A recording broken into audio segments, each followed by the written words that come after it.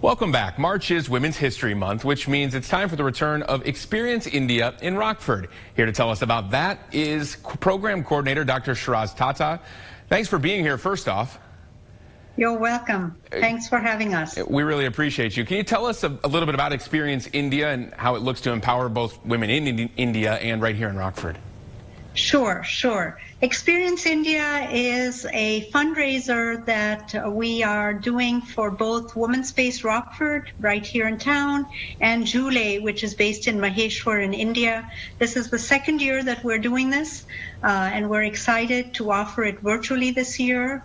And by supporting this fundraiser, you will be supporting programming that occurs at Women's Space. And by the way, I'm not the program coordinator there, but I was really excited to be part of planning the programming for this fundraiser.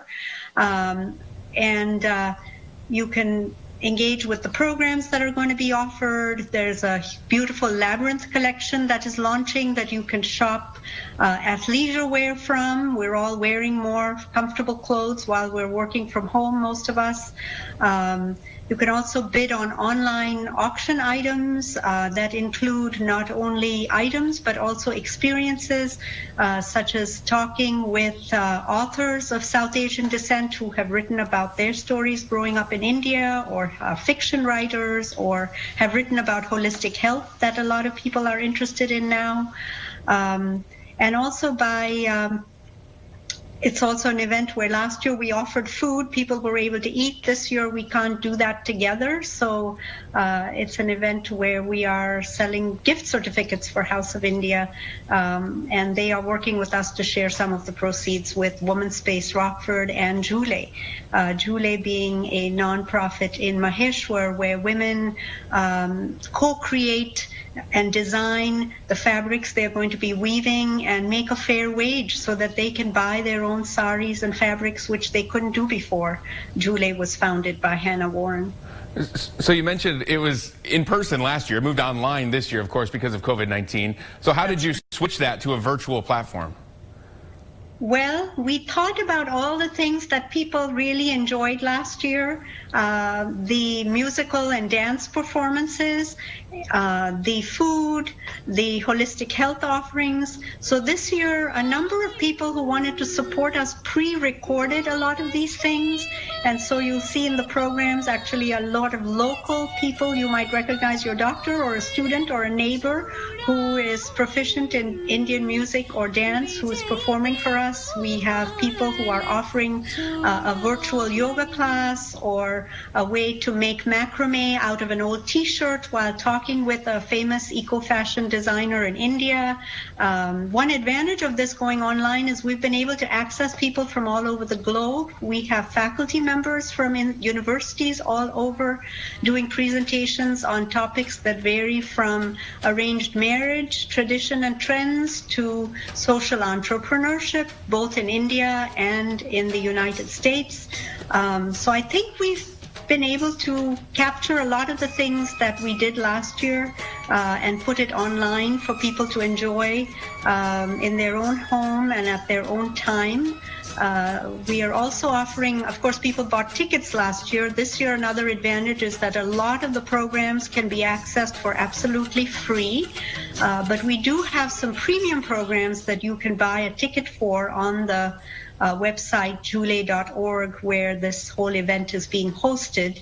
And you will get access to 3 really premium programs when you do that. One is a riveting 1-hour Bharatnatyam classical dance performance by Priya Venkatraman, who actually used to teach and perform in Rockford and the Milwaukee area some years ago, and now is based in India. If you've been missing going to the Coronado, I think this will be a nice way to kind of enjoy a beautiful cultural performance from home.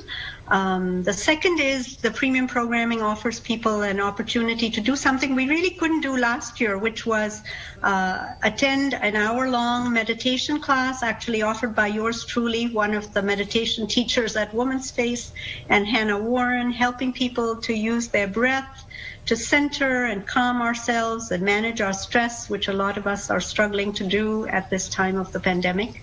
And the third, I think, is going to be the most fun in some ways, a Zoom Zoom party or spring celebration that's going to be interactive.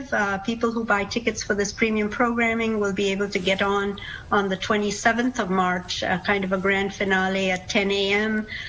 For us to interact with some of us from South Asia who live here to show how we celebrate some spring festivals in India. And we're also going to zoom in actually to a family member in India to see what's up there. So it's kind of like traveling to India, quote unquote, on Zoom. So I want to talk about that. What's it like to bring that culture of India right here in Rockford? And what do you hope that women in our area get out of an experience like this?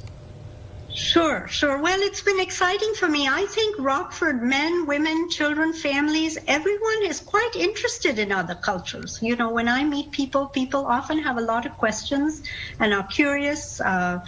You know, we have our Japanese garden here that people love to visit and take programming in. At Woman Space, when actually I've done programs on India before, whether it's about culture or women or religion, or when we've even had a panel of international women, both from India and from other parts of the world, come together to share stories, there's been a lot of interest. And so I'm really hoping that as we bring stories and experiences, culture, and all kinds of information about India. Although I have to say, you know, we're going to provide a snippet. India is one of the largest democracies in the world. It's a rich, long history. Every state almost has its own culture. So we'll be sharing some snippets of that.